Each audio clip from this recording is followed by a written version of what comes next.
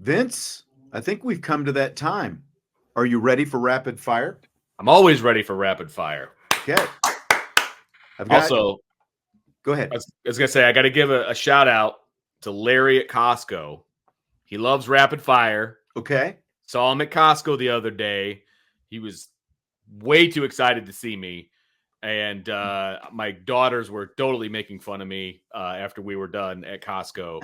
But he was so excited. He's like having Costco employees come up and ask us what rapid fire was going to be about on the next day and all this other stuff. So shout out to Larry at Costco. Does Larry work at Costco? He does. Okay. Yes. Larry works at Costco.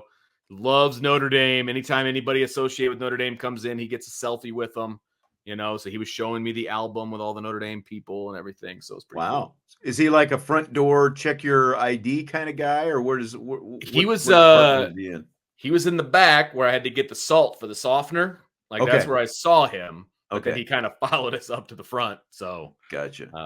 I was at Costco last week, but I only typically get there like once every 2 months or so. I'm very infrequent. I'm the salt guy. That's pretty much what I get sent to Costco for, to get the big bags of salt. So gotcha. But anyway, I almost forgot. My daughter before I came down. She's like, "Don't forget to say hi to Larry." I was like, "All right, I'll remember." Glad you brought it up. Yes. Okay, so you got called out for your Steve Angeli take last week. Yes, I did. This is a late ad to the rundown here. Yeah, it is. I didn't know we were going this You route. Called him a MAC level starting quarterback, and you got called out on the boards for it today. Here's a quote. Vince, you're going to be eating your words when not only is he the clear-cut QB2, but will push Leonard and will likely start a game or two and look great in those spot starts. End quote. So you guys went back and forth a little bit, and there was the guy brought up Freeman, saying there was, Leonard Angeli battle for number one. And, this is what happens, because now we're going to have to deal with this all spring. When the head coach comes out and says there's a battle for it, because people take that stuff for gospel. They're just some things that I think that a head coach has to say in a press conference. I believe this is one of them. But do you want to expand upon your counter to this counter you argument? I respect the argument mainly because fans only get an opportunity to see what happens in games, right? And I get it. I totally get it. And anytime that Steve Angeli has been in the game, and it doesn't matter what the circumstances are, he's played very well. Okay. It's like in court when everybody understands that this is a fact. Yes, I understand that Steve Angeli played well every time he was in the game. No doubt about it. Even though most of it's mop-up duty and a bowl game against a patchwork of opposition. I mean, it is what it is. He played well. So I will. To me, that bowl game was probably a level and a half above the, like a blue gold game, but it was an actual team out there that you were facing rather than an inter squad scrimmage. See, and here's the deal. When the 4 quarterbacks that are currently on the roster were playing 11 on 11, even without pads on, right? All 4 of those quarterbacks were going up against a way better defense than anybody saw in the bowl game. Agree or disagree? Agree. Okay. I can only go by what my own eyes say, and I realize not everybody gets an opportunity to watch these guys in practice. And we have never seen Kenny Minchie in competitive game reps, and we have never seen CJ Carr in competitive game reps. I get it.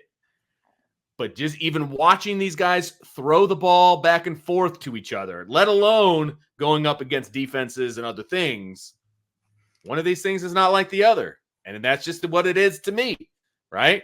And I was actually told I was being disrespectful to Steve when I said that I would be ecstatic if he was my MAC quarterback, or like at Purdue or Northwestern, or one of those. So I still think I think I said that on Friday. You guys were saying MAC level. I feel like he could start at a like mid-tier Big Ten ACC type school. I think he is capable of that. But what did we say? Is your goal winning a national championship? If the answer is yes, I just don't think that that's going to be Steve Angeli. I don't think that he's part of that equation. And I agree with you. Could he win 10 I think he games can at help Notre make your Dame? program better, but I don't I think do that too. he's that guy that's going to, help you win a national championship. 100%. And look, maybe it plays out differently, but what I've seen so far in practice, there is a talent discrepancy, okay?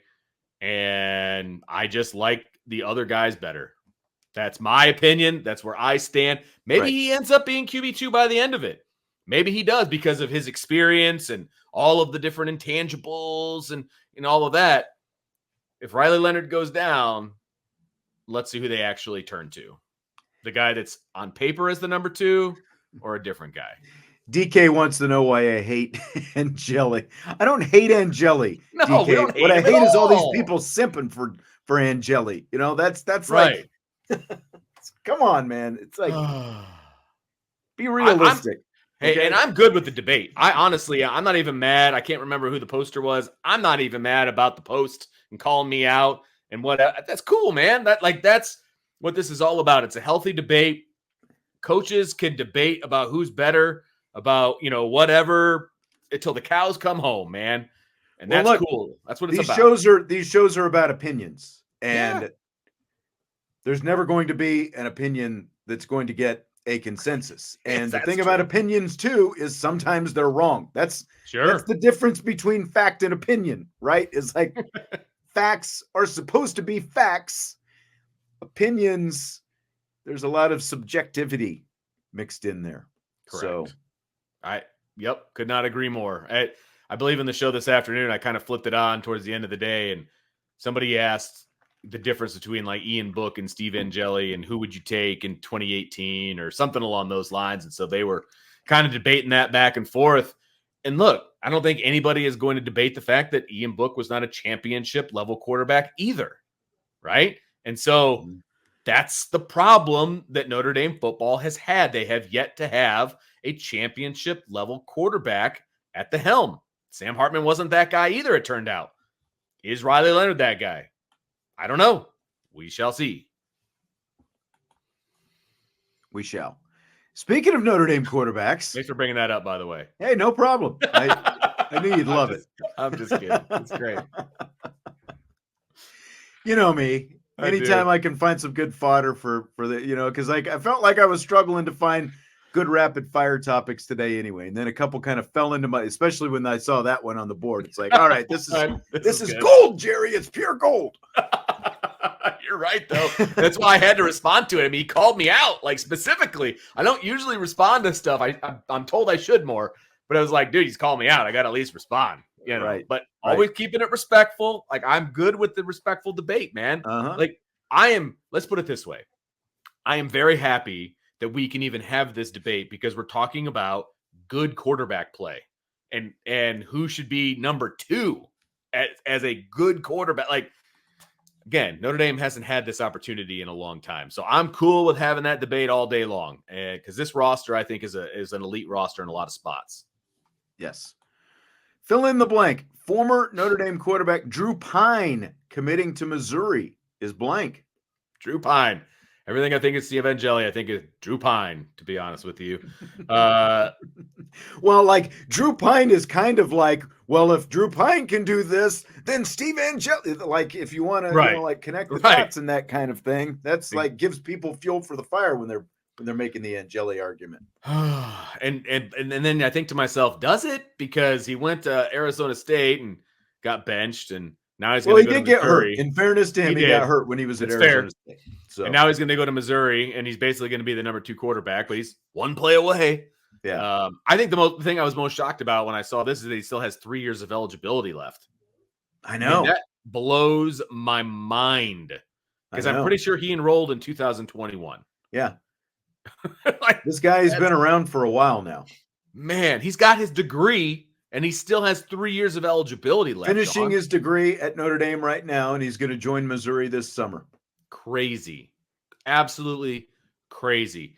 Because now he'll have gone from Notre Dame to Arizona State in the Pac-12, and now he's going to Missouri, the SEC.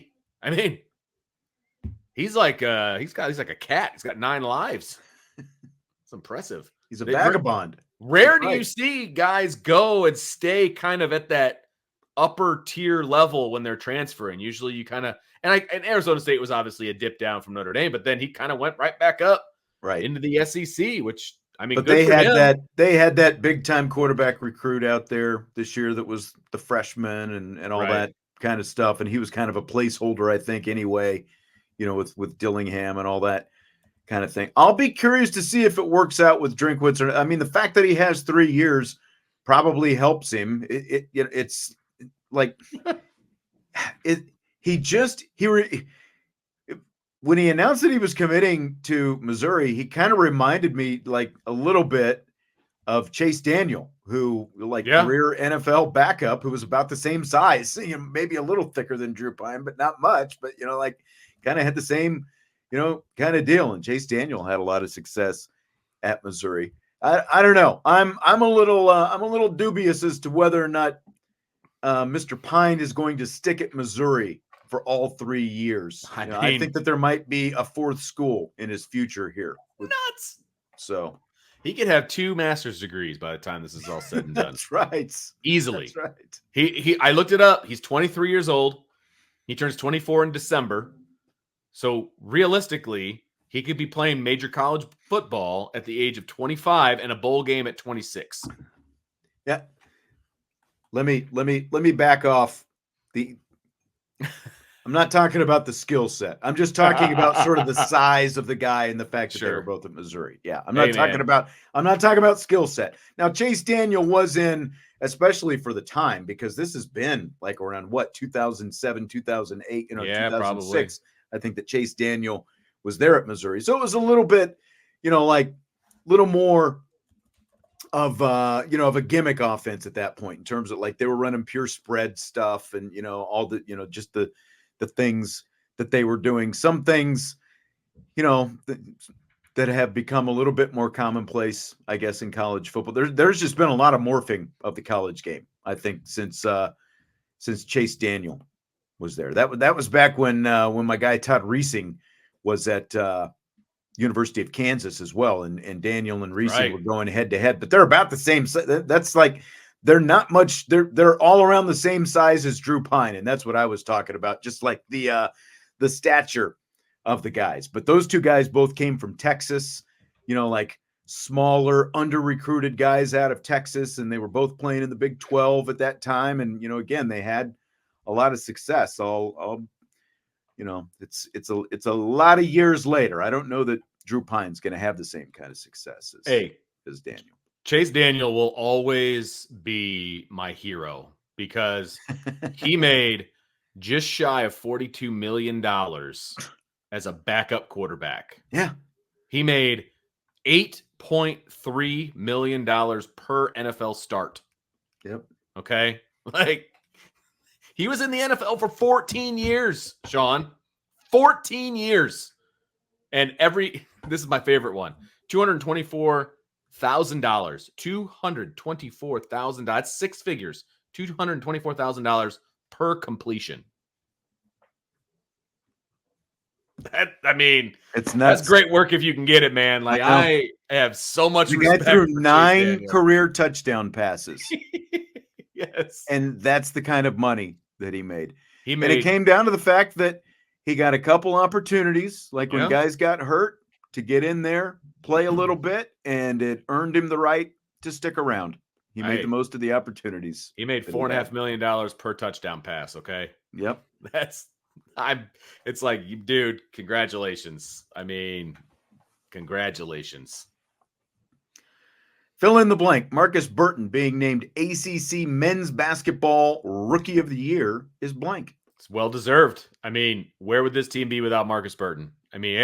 He was that team. He was the catalyst on that team, and he begrudgingly brought the rest of the guys with him offensively into the rest of the season. You know what I mean? Like, they finally started kind of playing, not up to his level, but you know what I mean? They actually started making some baskets and doing some different things. And it's a well-deserved honor for this kid. He has majorly overachieved in year one. I mean, like I said, I've watched every game of his Penn year, and his senior year, and he was amazing. But it was like, dude, you're going to have to sit for a year, get bigger, stronger, kind of figure it out, sit behind somebody.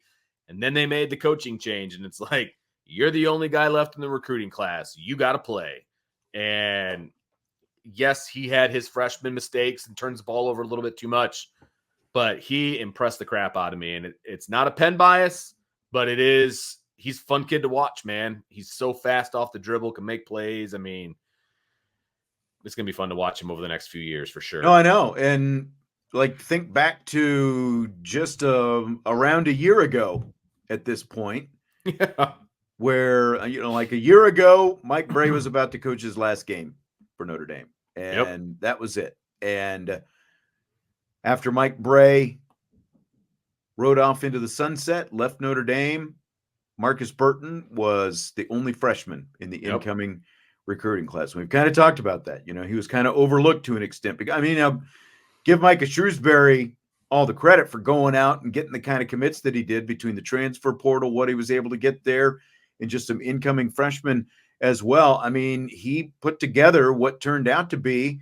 a pretty solid class for, having to do it on short notice. But part of that class was also Markus Burton, who, again, didn't get talked about nearly as much because of the fact that he had been committed so long, and he stayed committed to Notre Dame. And it's pretty amazing to think about that now here he is sitting here a year later, and he's the rookie of the year in the ACC. And it's the first time the men's program has ever had an ACC rookie of the year.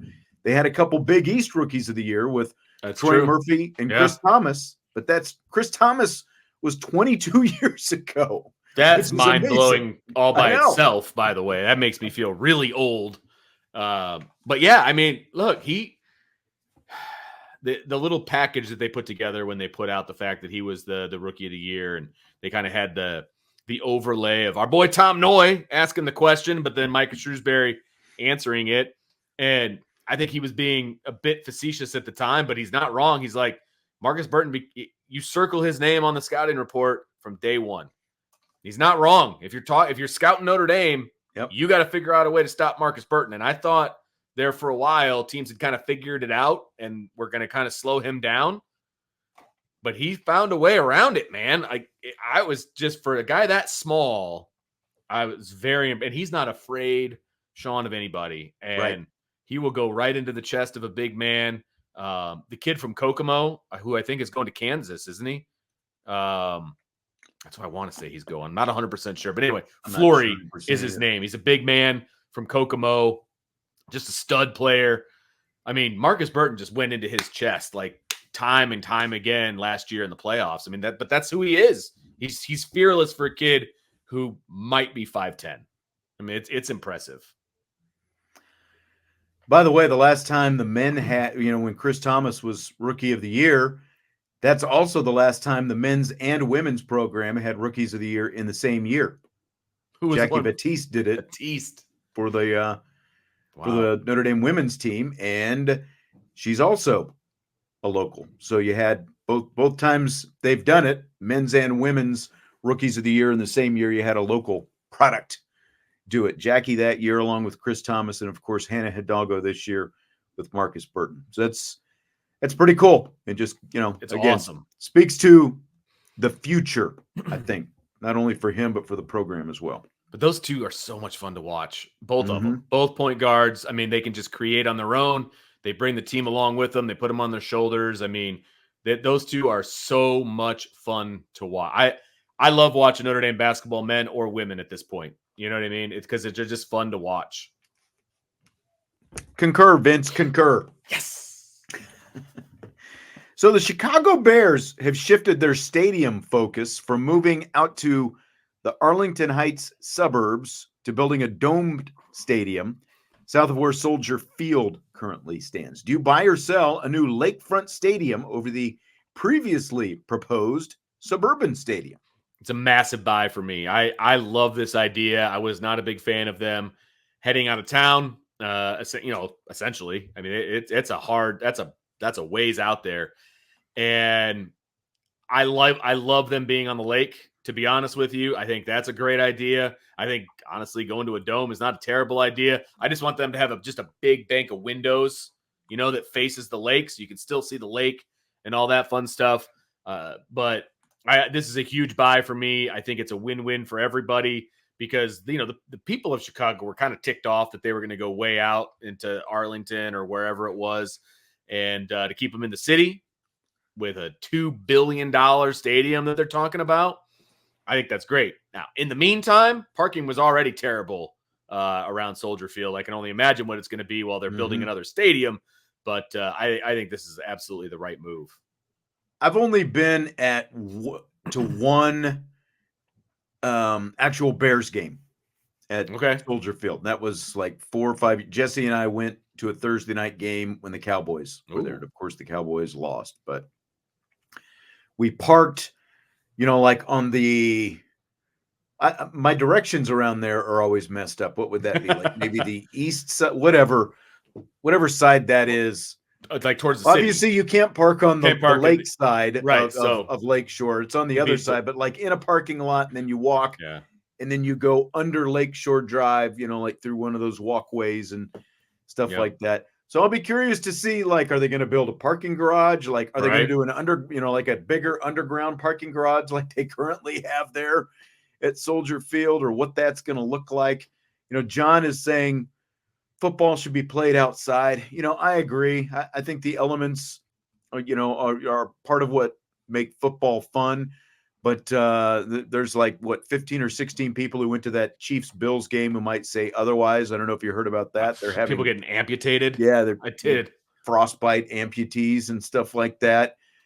And they're going to get a dome stadium because you get a dome stadium, you can host Final Fours, and that's what it comes and Super down Bowls. To. And Final Fours and Super Bowls. Yeah, good point. Like the actual, you'll probably get to host, a handful of Super Bowls over the years. If you have a dome stadium in Chicago. They've never hosted a Super Bowl, obviously, before. So you get that. You're going to get to host Final Fours. You get to host like monster truck rallies, and you might all of it. like you might get WrestleMania come in, all those different kind of things. So that's why you do. I haven't seen all the plans. I hope it's a retractable roof at least because of the fact that, like in the summer and, like when the season is starting and it's nicer outside and you are right next to the lake, why else are you by the lake if you're not going to have something like that? But I mean, it seems like ultimately the best thing for everybody involved because the city of Chicago was so bent out of shape that they were going to move to the suburbs. They did their best, to keep them. I thought it was all but a done deal. So did I. I was shocked. The next thing the story drops that the Bears are going to even invest like $2 billion of their own money to build this thing. It's going to be publicly owned, which I was kind of surprised about as well. So no, I mean, I could take or leave the dome, but I understand from a financial standpoint why they would do it. I just like the location. I didn't, I've gone to 2 Bears games in my life. One when I was in college and one a couple of months ago when they played the Lions, right? Mm-hmm. But I don't want to drive all the way out to Arlington either for that, for that game. Again, I haven't done it that often, but that's not something I would want to do. And so I like it being on the lake. I like it being in the city with the backdrop of the city behind it and all that fun stuff. So I'm cool with it. Josh wants to know what's going to happen with the old stadium. Yeah, I would think that they're going to implode it, but I mean, because there's not that much land there. Yeah. And so they're going to have to implode it in order for parking or whatever they're going to build up around it. Yeah, whatever. Yeah. Like, yeah, exactly. There's so little land around there, like you said. Yeah, because you're landlocked. I mean, you're lake locked, and then you're locked in by the highway and the only reason to keep it would be like level the stadium but keep the parking garage. Like that's the only reason. Because it's just once they landed the spaceship inside Soldier Field, like you lost any sense of any historic value of that stadium. So there's no reason to keep it at all. Right. 100% agree. 100% agree. Anthony, thanks for the super chat. We do appreciate it, as always. I forgot about this question's been sitting here in here from Sean Kelly. He says, which would mean more for Marcus Freeman at Notre Dame? 2021 New Year's Six game against Oklahoma State, or a playoff win against a group of 5 team, but you lose in the second round? I think this is a great question, to be honest with you. And obviously, half of the question is revisionist history and half of it is predicting the future. But if you gave me the option back in 2021 when he took over, I would take the New Year's Six game against Oklahoma State and getting that win, because I think with all the momentum that Notre Dame has right now in 2024 with recruiting and the team and all that, they could have had more if they win that game. You know, they could have. You think it would have meant that much for them? I think it would have been a very positive, because look, you can dismiss it because he was he wasn't an interim coach, but you know what I mean? Like, it wasn't his team and all of that. So you could kind of dismiss it. But I think if he would have won it, I think they have a lot more momentum going into 22. Interesting. I think I would still take the playoff win because at least right now, you know, like for these next 2 seasons, those are going to be home playoff games. What the format looks like beyond these 2 seasons, who knows? So let's just stick with the 12-team format that we have right now. So I would take that because you would get a home win. You know, you'd be able to say you hosted a playoff game, you won a playoff game, you got to the next round, and now you're saying you lose in round 2. So that could still be a close game. It could still be, you know, a game where you were highly competitive, but you ended up losing, you know, on the back end. So even though it's a group of 5, I don't think that matters that much, because it's not like to me, like let's say Boise State is the group of 5, right? Like if you beat Boise State as opposed to Oklahoma State, is there that much different, you know, sort of cachet to it? It's not like Oklahoma State's not Oklahoma. Let's put it that way, just in terms of name brand, the program you beat, all those different kind of things. So I would still take, even though it's another round of the playoffs, I would still take the playoff win, get to the second round, because, you know, you get to there. And how many are you left? You're 8 teams left, I guess, at that point. I would still take the playoff win, even if you lose in the second round, because again, you didn't say you're getting blown out in the next round. You're just saying you lost a game in the next round. So I would still take that. All right, cool. I like it. I just wouldn't have minded getting the monkey off the back of the New Year's Six, because that doesn't exist anymore. And so they officially, for the rest of eternity, have not won a Year's Six bowl since 1993. Yeah, DK says, why are we talking about losing? Because this is a very Notre Dame question, DK. Yes, it is. Like, when you think about it, like, you know, like, I mean, it is. Which losing is the better losing? You know, like, unfortunately, like, we get these kind of questions from fans all the time. Would you rather do this and lose this, or do this and yeah. So 6 players ejected after a fight at the end of the SEC Women's Championship game between LSU and South Carolina yesterday. Each team had to finish the game with just 5 players on the floor each. There were no reserves left for either team. So here's the responses of the 2 head coaches. Kim Mulkey from LSU. I wish she would have pushed Angel Reese. Don't push a kid. You 6'8". Don't push somebody that little. That was uncalled for, in my opinion. Let those 2 girls that were jawing, let them go at it. So that's from Kim Mulkey. Here's Dawn Staley's response. What you saw were 2 highly competitive teams trying to win a conference championship, and they did not handle it well. Our players didn't. Their players didn't. I'll take responsibility for what happened for our side of it. So that's from Dawn Staley. Which coach, Vince, had the better response? Come on, is that even a question, Sean Stiers? Dawn Staley obviously handled it like an adult and basically said, hey, these are kids that were charged up. It's 2 good teams. And at the end of the day, it's on me. So I take responsibility for it. That's what an adult would say. The other coach decided to take a different route and was like, well, they pushed the wrong person. I wish they would have pushed this person, and I would have seen a really good fight. Like, what are you talking about? Like, that is the worst possible thing you could have said. You can believe that, I suppose, if you want. But why in God's green earth would you say that out loud?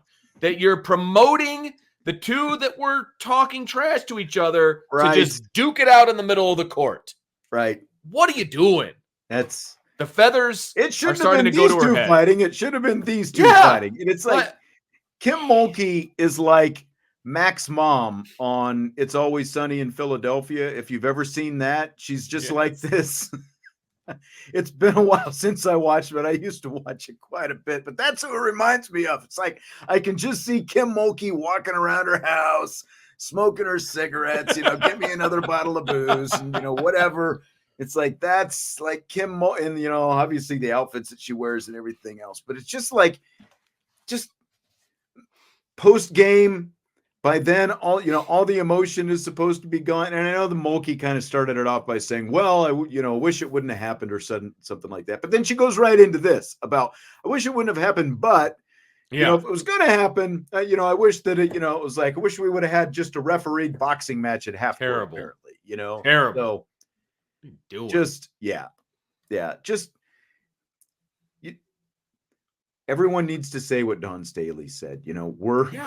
We're supposed to be the adults in the room. We're ultimately responsible for this. It shouldn't have happened. We're going to do better next time. And Carmilla Cardoso, the one, who shoved, she came out and tweeted an apology and all that kind of stuff. And it's not going to be as bad as they were saying on the TV broadcast at first. They were initially saying that everyone who got ejected was not going to be able to play in the first round of the NCAA tournament. But it turned out that it was like Cardoso, and I can't remember if it was Flo J or, whichever player from, it was just a couple, I think, that we're going to have to miss out. But I will tell you this, like after this, I want to see these two teams meet again in the tournament because they obviously hate each other. There is no love lost at all, which, again, like tends to happen when you've got a Kim Mulkey coach team involved. Like at some point, there are certain coaches who just kind of know how to push the buttons.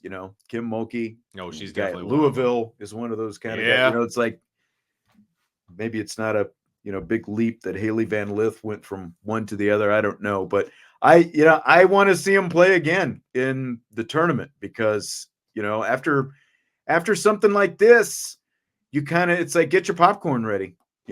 Oh yeah, I'm up for it. I'll be looking forward to that bracket to see when and if they're going to end up facing each other. Because look, they're both good teams, and so they're both probably going to, roll right through the first couple of rounds. And so, what are they going to be in the same regional? Are they going to meet in the Final Four? What if they get that far? Obviously, but what is that going to look like? But look, I know this isn't necessarily something I should say, but I'm going to say it anyway. When I first saw it, I thought, LSU. That makes sense. By the way, did you see the guy jump on the floor during the whole thing? He was the brother of, I think it was Flo, like one of the LSU players. He jumped on the floor and he was arrested for running out on the floor. He ran out onto the floor. Yeah, because his sister got shoved. Like, dude, what'd you think was going to happen? You got to be the savior? Come on, man. With a bunch of, again, they are women versus women. There's no reason that a man needs to jump out of the stands. Right. Come on, dude. It's jumped out of the stands and over the scorer's table and onto the floor. Over the scorer's table, too. That's even better. Right. Classy. Keep it classy, LSU. Keep it classy.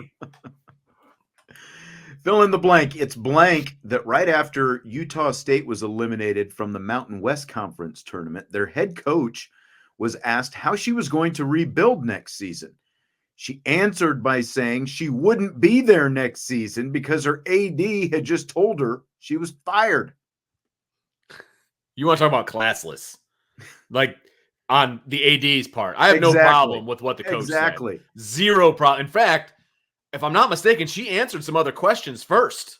Right. Before somebody asked about the future, and she's just like, I don't know what to tell you. I'm not going to be here. Like, because I watched her answer that question, so I saw exactly what she said. Here's the quote. I'm not going to be rebuilding. I just coached my last game at Utah State. I spoke with the AD, and they're going in a different direction, and I respect her decision, and I hope they get a really good coach in."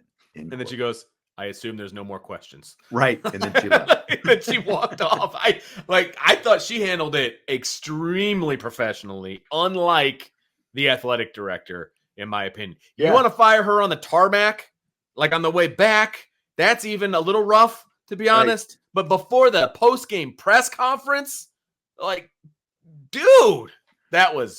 Well, and that's the thing, like, had the coach even had a chance to tell her team, what was going on, any of that kind of, like, I felt like if that's the way the AD wanted to handle it, why are you even putting the coach out there in a situation where she has to answer questions? Yeah, the AD should have been up there answering questions. Exactly.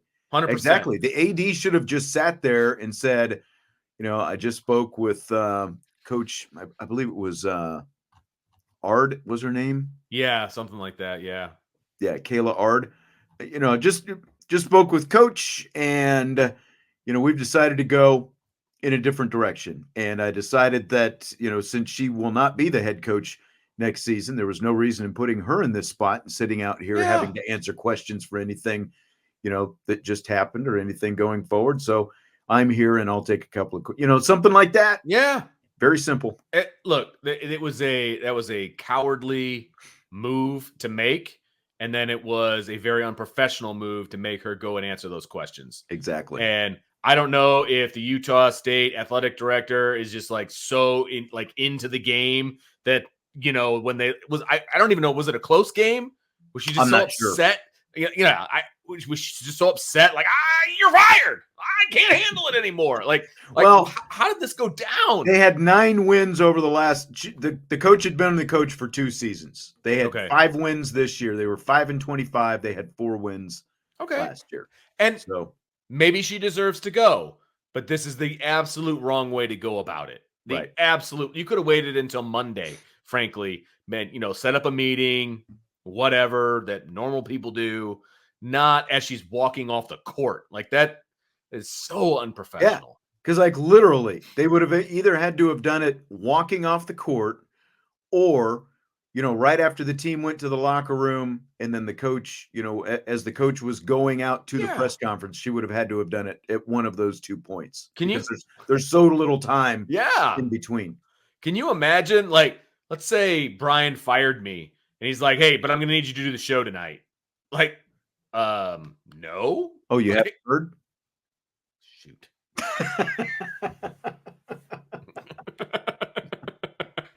But it's so, like, you fire somebody and then you're like, "But I need you to go do this in front of a lot of people." Right. It's messed up, man.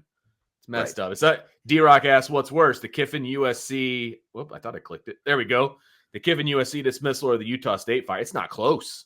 It's Utah State by a landslide. Because at least they were back. Well, I think they were back. Maybe they were on the way. I don't know. It was on the tarmac. That's what I remember, right? Yeah. But I mean, he wasn't going in front of the media 5 seconds later. Right. It's just messed up. Exactly. And I mean, who knows what Kiffin would have said had he gone in front of the media at that point, but to me, I would hope that there are good ADs out there who are watching it in the way that she handled it, and maybe that kind of earns her something down the road. Obviously if she's deserving, and that. But kind of stuff. But if you're a coach that wants to go coach someplace, now I realize that some people would take the job regardless, but there's going to be some people that take a pause and they're like, "Do I want to go work for this lady who just fired this coach walking off the court?" Yep. Exactly. All right, well, I think that's going to do it for tonight. We will put the wraps on things. We will be back, of course, all week long because we've got no basketball this week. Selection Sunday is the week next off. Sunday. That's right. This time next week, we're going to be talking about NCAA seeds and brackets and everything else. What all of that looks like for both the Notre Dame women. Someone was asking, I think it might still be in there. Now that I think about it, I just remembered. No, someone was asking what the Notre Dame men would do, to need to, get an NIT bid. Oh, yeah. I think that they might kind of still be pretty far off that bubble, because I think that, because the NIT is owned by the NCAA, I think they pretty much kind of go like the next 16 or so teams that didn't make the NCAA tournament kind of make the NIT. So I don't know what realistic chance they've got, but hey, maybe win a few games at the ACC tournament. Who knows, right? Yeah. You never know. I mean, I still think they would be a tough out in the first maybe round or two, just because I think they play really good defense, and you never know what's going to happen if Marcus goes off or if Braden Shrewsbury hits 6 threes in a row or whatever. Like, they could make some noise, but I think they're a little far off from going at this point. They're going to have to at least win 2 in the ACC championship, the ACC tournament, at least 2 to even be in the discussion, I would think. Right. And they do play tomorrow at 2:00 in the afternoon against Georgia Tech. That is their first round. 2:00. So here we go. Yep. All right. So that is going to do it for today. Hit the like button before you leave, and subscribe, rate, and review, and all that great stuff. And we will talk to you tomorrow on IB Nation Sports Talk. Ba-boom.